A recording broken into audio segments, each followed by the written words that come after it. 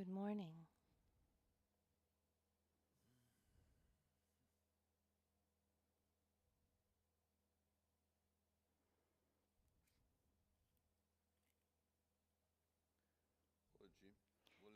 Today, I wanted to begin by talking about a symbol. One of the symbols that represent also Tibetan teachings, that even though there's not one specific symbol or emblem that is used, one specific thing that symbolizes Buddhism, but usually we use the Dharma wheel, represents Buddhism in general, and we talk about turning the Dharma wheel, which is about this.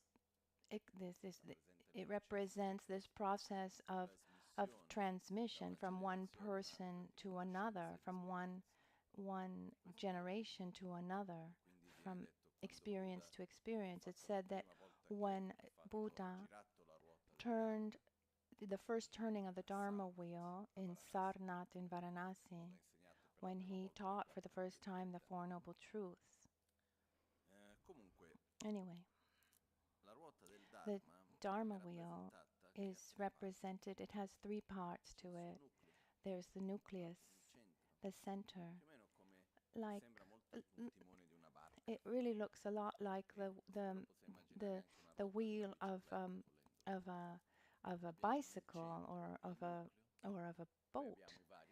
So we have this nucleus and various rays, which are actually there are 8 of them, and then around to hold the spokes. There's the rim that keeps it all together. The nucleus represents wisdom. The nucleus represents where we want to go, what's the essence of our path, which is wisdom. And the spokes, the rays, represent instead concentration. Because no matter how much wisdom we have, if we don't have good concentration, we won't be able to direct that wisdom. So these rays, these spokes, represent concentration, and the rim around that holds it all together represents morality, because without a correct morality, which I will now explain what it means, one's not able to keep his concentration, keeps it for a little while, then loses it. What happens is our path, generally speaking, is directed mostly into changing our deeper habits.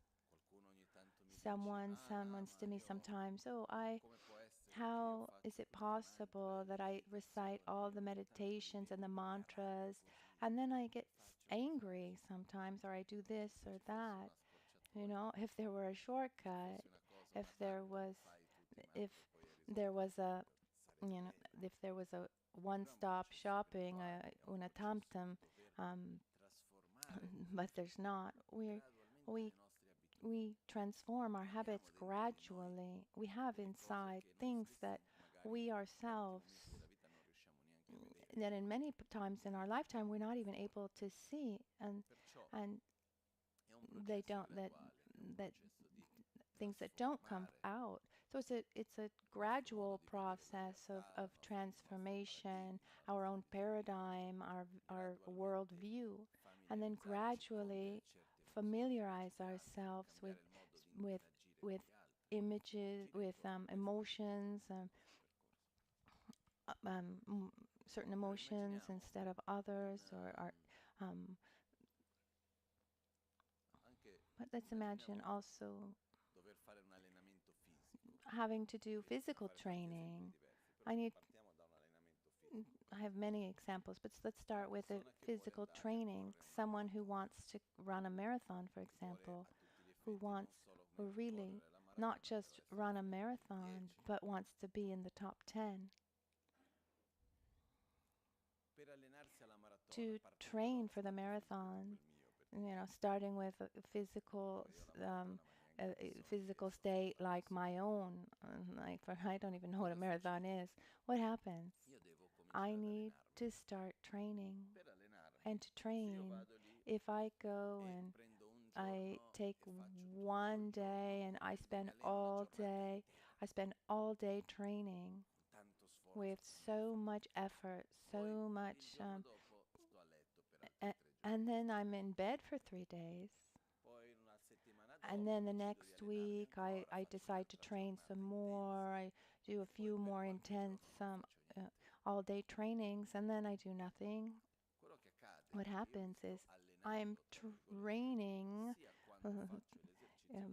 quote unquote, when I'm training and when I'm not training. When I'm not training, I'm training in not having a fit body. So all the actions that we do we familiarize ourselves with everything we do. And so if I want to train for a marathon, first of all, I need to respect my starting point, but I need mostly constancy.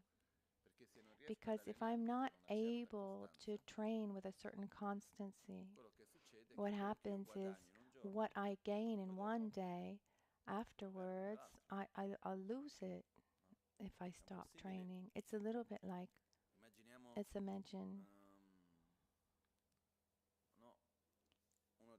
an object that is on one side and we want to push it to the other side.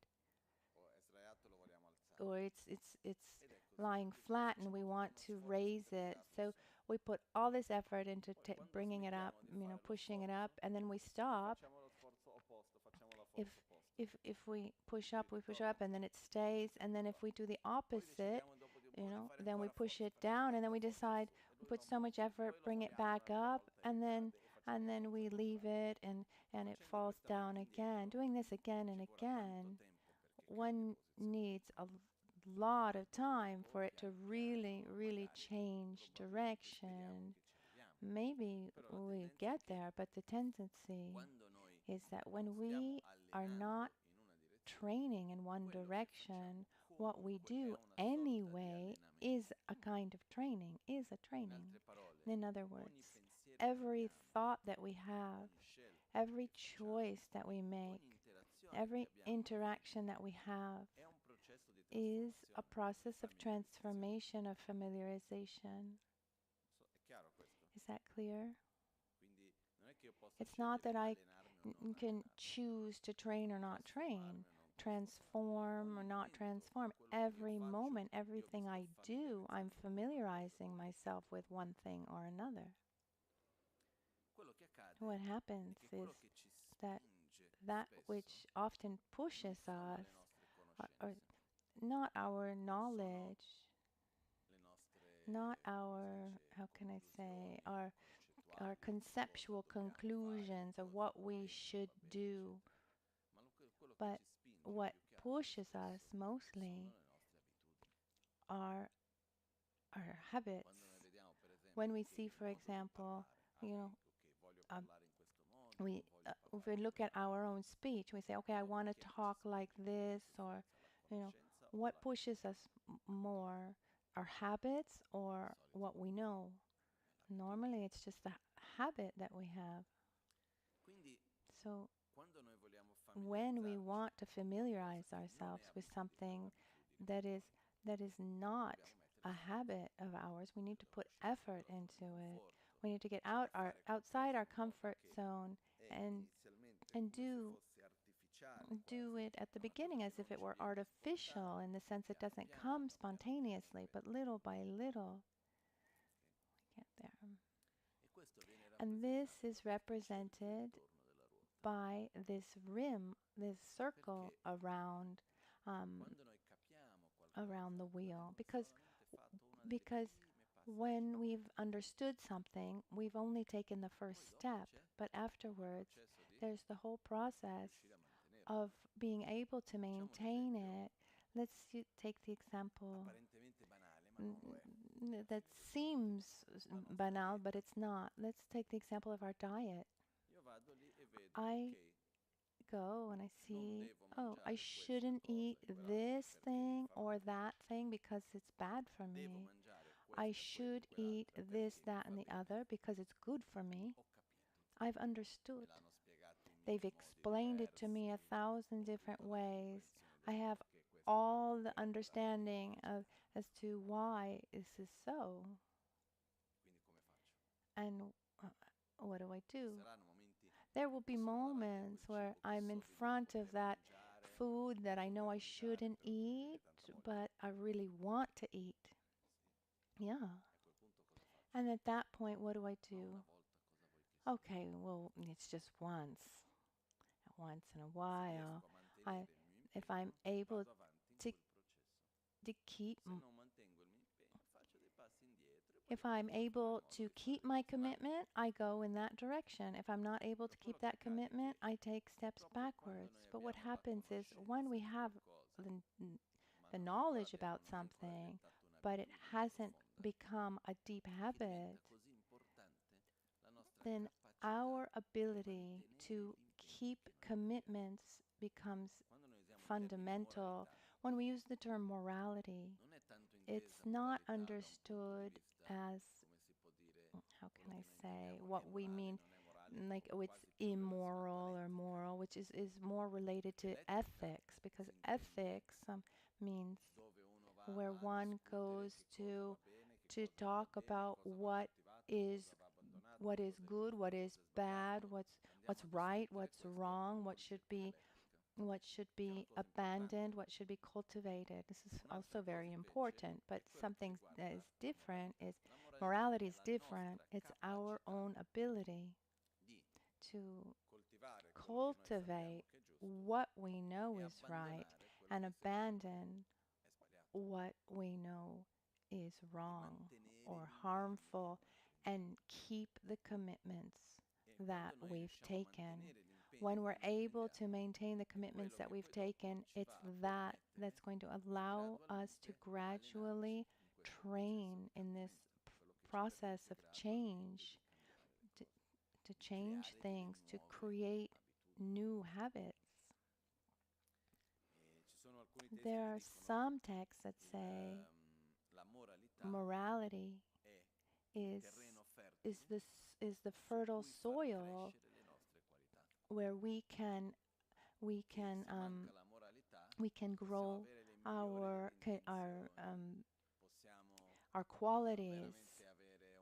We can have a lot of knowledge, but if we don't have a good morality, we're just taken by our own habits.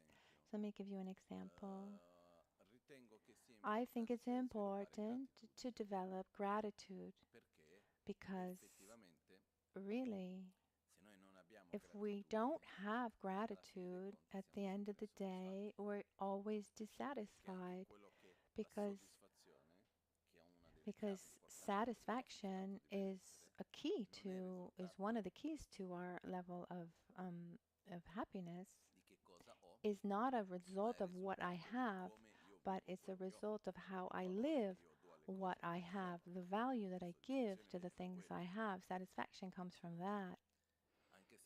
Even if if we feel dissatisfied, to eliminate our dissatisfaction, what do? Do we try to generate more gratitude and value what we have, or we try to get something else? Obviously, when we're dissatisfied, it's someone else's fault, and because I don't have enough, and this isn't right, and you don't give me enough attention, and this one doesn't do that. Normally, this is how we react. But when we observe with more sincerity, deeper, we see actually that what brings satisfaction is not getting more things, but giving value to what is. So if I want to have more satisfaction, a key is to have gratitude, thank, cultivate gratitude, and the opposite of gratitude is the attitude of criticizing and complaining. So the key in this case is I need to abandon what is bad for me, criticizing and complaining, and on the other side, I should rejoice and thank and cultivate gratitude. But complaining is a habit. Every country has its own culture. Every culture has its own ways of doing. And unfortunately, we live in a context where complaining is quite common. I've seen people that as long as they don't complain, they can't relax. If they can't point the finger somewhere, it's like they can't relax. But instead, it seems like if someone talks only about the positive side of things, it seems like the person is stupid. No, I mean, problems, of course, need to be faced, but they should be seen under the perspective of what I can do about the problem. If I see a problem, I recognize what I think is not right about it, but then I offer a solution because of what I think I can do to help, because just pointing the finger does not help. So if I have this awareness, I take the commitment to complain less and to rejoice and thank more. I take that commitment. This commitment starts from an assumption,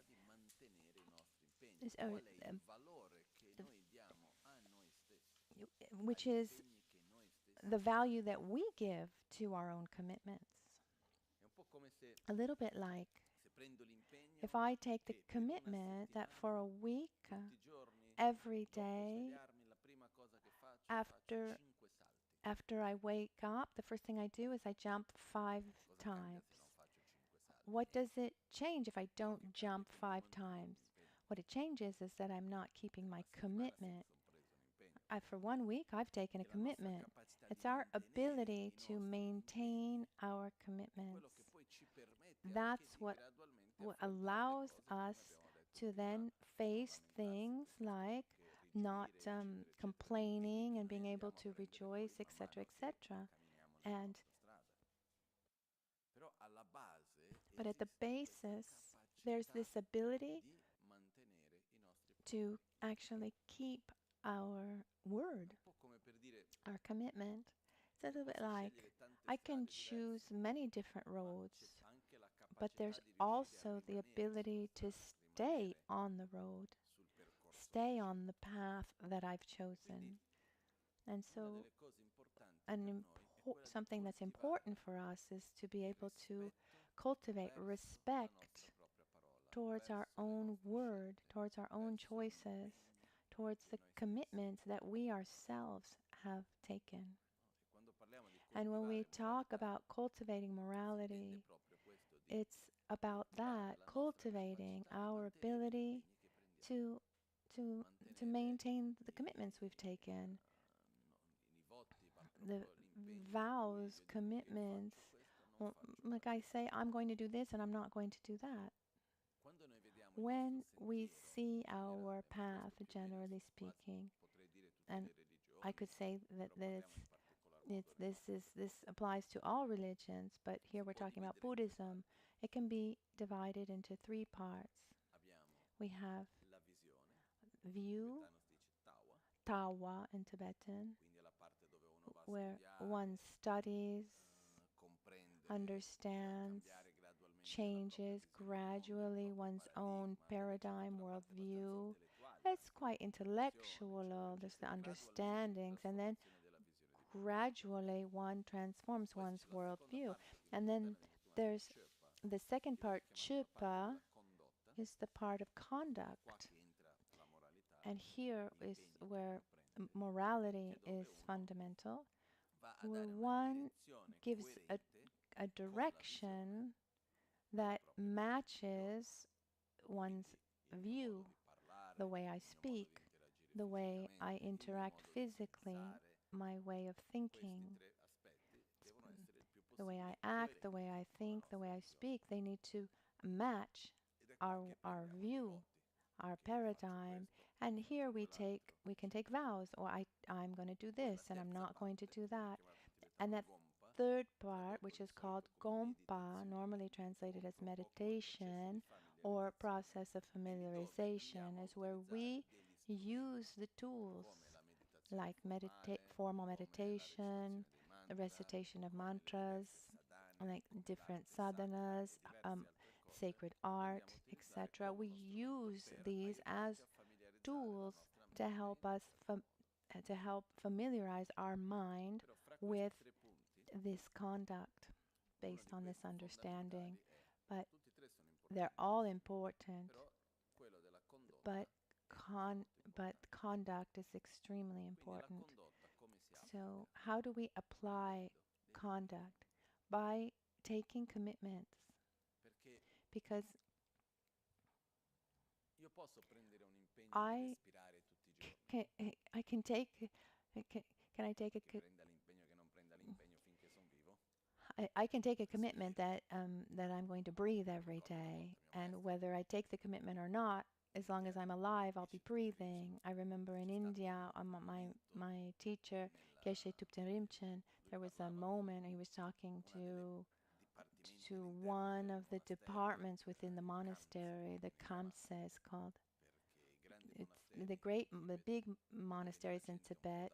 There were people from all parts, and they were divided among the regions. Imagine that in Italy, you go to the monastery. Oh, where do you come from? I'm from Lombardia. Okay, then there would be, so there would be the department for Lombardy, and then the Sicilian department, or the Apulian department. And so there are different departments within the monastery. And I was in the Sang department, which is the region of Shigatse, where Lama was from. And in the end, it really feels like a family, more intimate relations. There were more than 3,000 people in my monastery. Instead, the departments were about 200 monks. And so one day, my teacher gathered up those in our department because there was a situation. There were some people, but it was becoming more and more widespread. People were criticizing each other for certain behaviors. And what he said was, it's easy for you to criticize someone and think that you're good because you don't do that thing, when that thing you never needed to do that thing, or never felt like you needed to do that thing. It's almost as if you're saying you're good because you breathe. Instead, when we talk about taking a commitment, it has to do with something that requires us to get out of our comfort zone. And let's just forget the story in the monastery that was quite complicated. But his point was, it's easy to judge and criticize others, but it's easy to say, oh, I'm so good because I do this and I don't do what you do. But I never needed the need. I never felt the need to do what you do, actually. And the key here is that when we take a commitment, the part of morality, of vows, our process of getting out of our comfort zone slightly is is is very important because we have this tendency of being comfortable, and um, we have this tendency of being comfortable with our mental defilements and our habits. I know I shouldn't do, but it's not so bad. And somehow we um, we we get comfortable, and but it's important to get out a little bit, not too much. If we put effort into getting out of our comfort zone, if it's too great of a change, often one is not able to maintain that. I remember in Sera there was a monk, and his name was Gatok. His nickname, which means the raucous one, the loud one, because he would wake up very early in the morning and he would say, "Oh, I need to really study well. I need to memorize all this." So he would wake up, he would choose a quantity of pages to memorize, and he would wake up before everyone, and then he would out loud memorize. No, usually it's around the 6 o'clock. You can you start hearing people reciting, but he would start at 3 o'clock in the morning, and and it, and he was the last one to go to bed at night, and he had also quite a strong voice, a loud voice, but he would set objectives that were greater than his possibilities. And so after a month of working mm, working very, very hard, and then after a month like that and not being able to reach that objective, he would just close up his book and he would stop everything, and he would do only what was called the three actions: eat, sleep, and go to the bathroom. A kind of depression. He would just set everything aside, and for 3 months he wouldn't touch anything. And then he would be inspired and think, "Oh, now I need to study." This this is a way that just doesn't work well, because if we set an objective, but we set an objective where, yes, we get out of our comfort zone, but much in a way that is much greater than we're able to maintain, to sustain, then we lose everything. Instead, if we get out of our comfort zone slightly, where we're able to mm, to manage the situation. And here I'm talking about um, virtuous habits.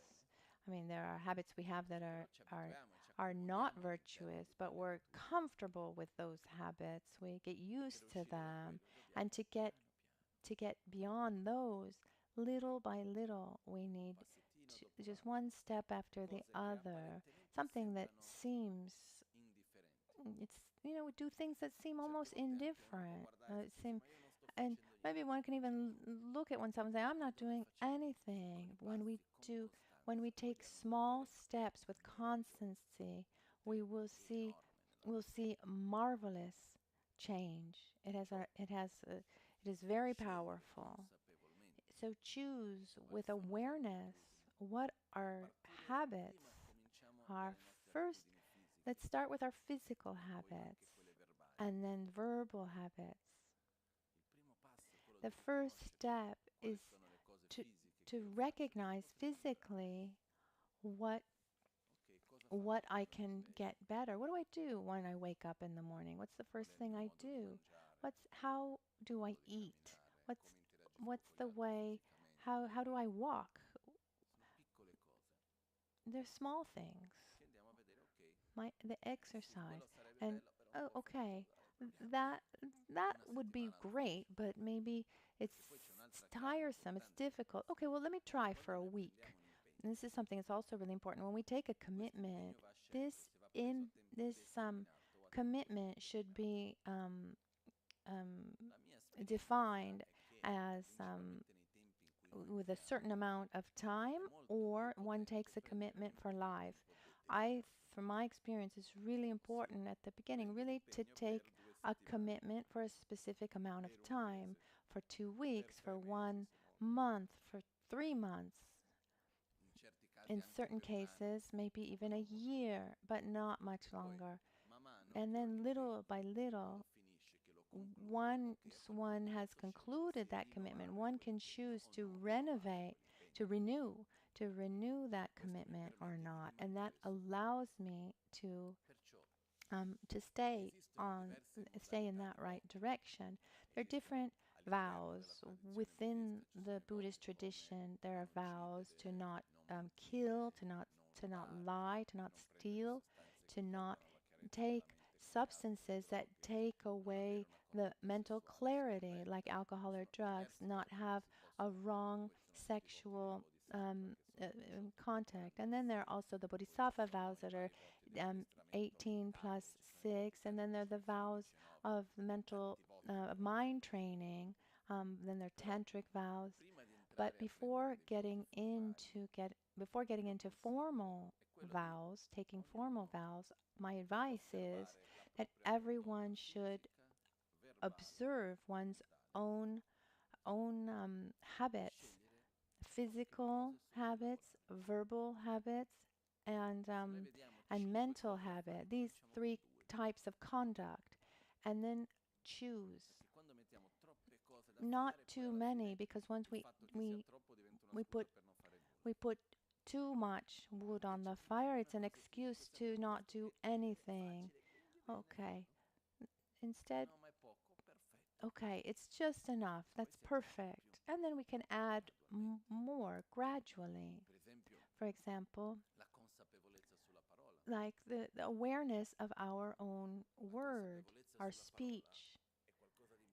Being aware of how we speak is very important, because when we speak to someone, our tendency is is to speak to that person as if that person were us. What do I mean by that? That somehow we have this expectation. I mean, it's not even an expectation. It's yeah, we expect that that person is listening to us as if they could listen in the same way that we hear. Rarely do we stop to adapt ourselves to the other person, to see the other person, to try to see, oh, I want this person to understand this.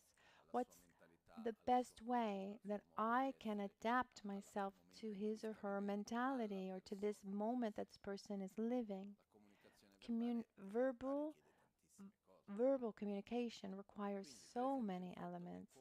Also, I take a commitment to to to speak in a with awareness before I open my mouth. And the same thing when I listen. When I listen to someone, I need to remember that that other person lives in a different world than I do, has different experiences, has different cultures, etc. Culture, etc. So when he says something to me, I shouldn't take it as if were using those same words. Instead, try to understand, also und- also understand the moment that that person is living, etc. This is just one example. We could make so many, but my advice is to take a few things that we think are good for us. I don't know, waking up in the morning, and before we begin the day, before doing anything, sit down for 5 minutes and generate the motivation for the day, for example. Then there's the vow, as I've said many times, and I'll never get tired as long as it's necessary, the commitment to thank more, um, to have more gratitude, and criticize and complain less. And sure, highlight something, highlight something that's not going right when we are part of the solution. Otherwise, there's no need. So try to find things that we can do, and with this, create somehow a kind of an objective for the week.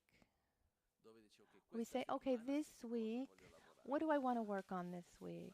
This week, I will be more careful in my way of dealing with this person. I mean, it can be very specific. Or this week, I'll be more careful. I'll be more coherent with my word. I'll be less aggressive. And it becomes a kind of game, a kind of challenge of the week. And in front of that challenge, every day we need to renew that commitment and remember that commitment during the day. And at the end of that week, we can renew it, or maybe want to add something else or continue with that. And little by little, we add things, because if we don't do this, if we can't get out of our comfort zone a little bit in a virtuous way, what happens is time goes by and we're distracted by the various things that happen. A one week after another week, and then months after month, and years after years, we're taken. We're taken because at work there's this, and there's the problem here, and the pleasure's there. And I'm not gonna write the list now, but it's infinite. We're strongly distracted. And it's interesting to see this, because I think our distraction is not for the life that we lead, but it's actually for our habits. Because even those who go on vacation, and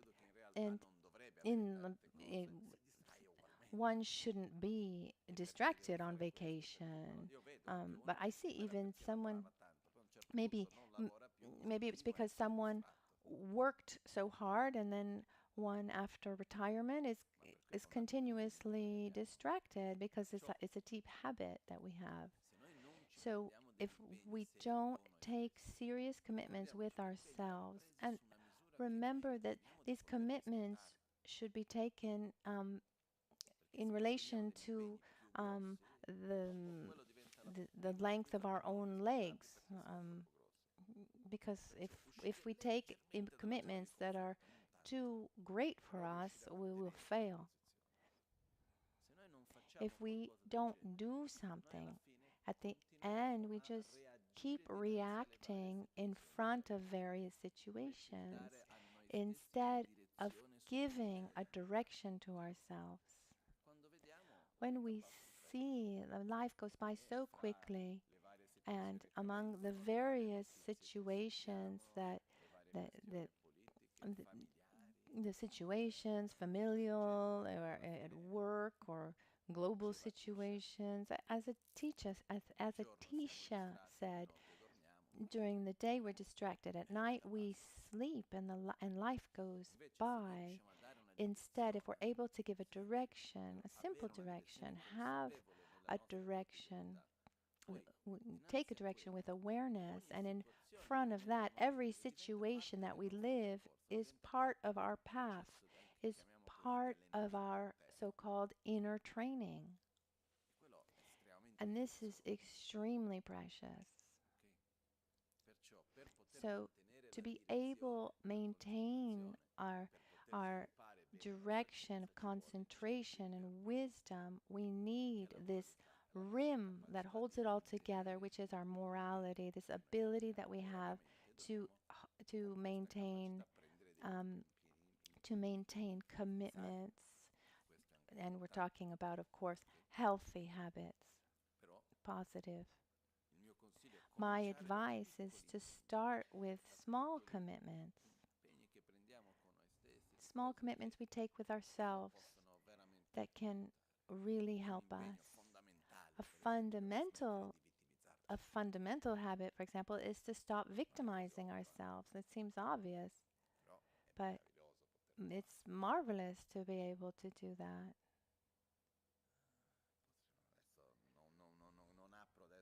Not going to open up this door of giving more examples because we'd spend all morning. But what I want to say is at least take the commitment to take commitments, to observe yourself, to see. And you don't need to look so hard. You start with one and then you'll see others later. But start with one.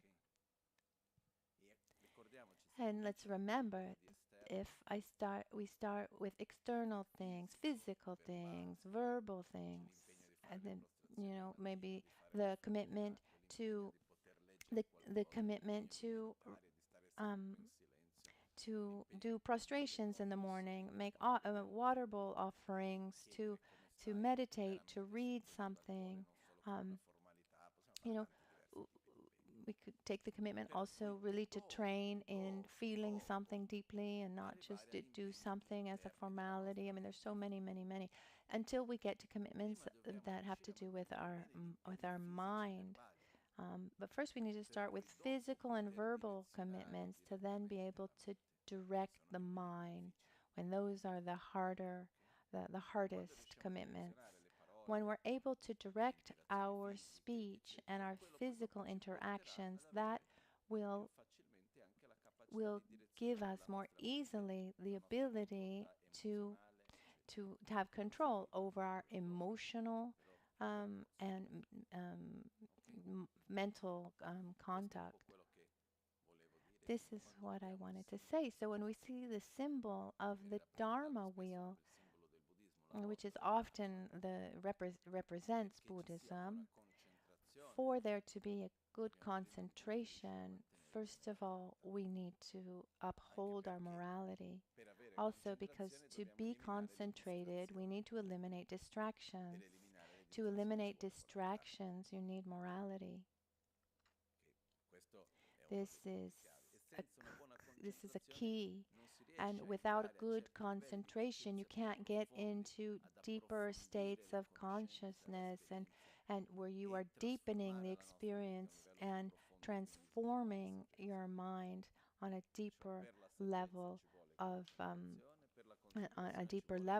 and we actually transform your level of wisdom. So for wisdom, to develop wisdom, we need a very good concentration, and for concentration, we need morality.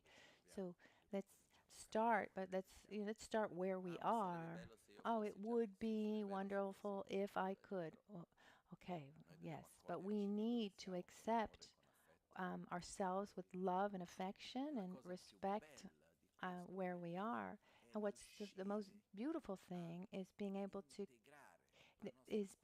to integrate our daily life, our daily situations, the simplest of situations, together with our spiritual path. More than instead of trying to make the whole life a spiritual path, or spending 24 hours doing religious activities, we need to integrate our daily actions with our spiritual path.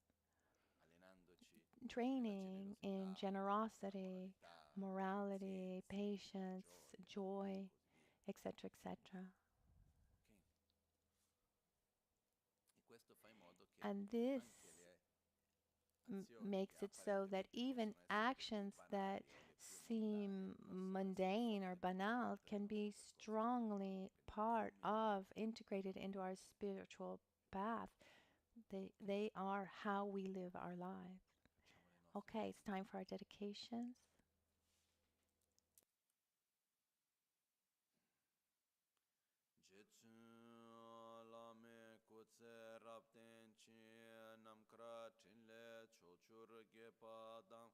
Losan tempe drume sasumgi drove munsela tatu ne gyurchi kewa kuntu yanda lama dang dralme cheki pela longche chin sadan lamge yunten rabzone dorje change koba nyurtoba sho nimo dele tsendele nime kuyan delek shing Nintsen takto delek pe kuncho sumke chinge lo kuncho sumke ngodrubu tsol kuncho sumke trashi shon. All'alba At o dawn al or at dusk, tramonto, at night di or notte o midday, durante il giorno, may possano i the tre three gioielli jewels grant us concederci le their loro blessings. benedizioni, May possano they help aiutarci ad us ottenere to tutte le obtain all realizzazioni realizations e and cospargere il sprinkle the sentiero path of della our nostra lives vita with con various molti segni di signs of buonismo. auspiciousness. Scendere. Toshidele. Buona giornata a Have a tutti. good day, everyone.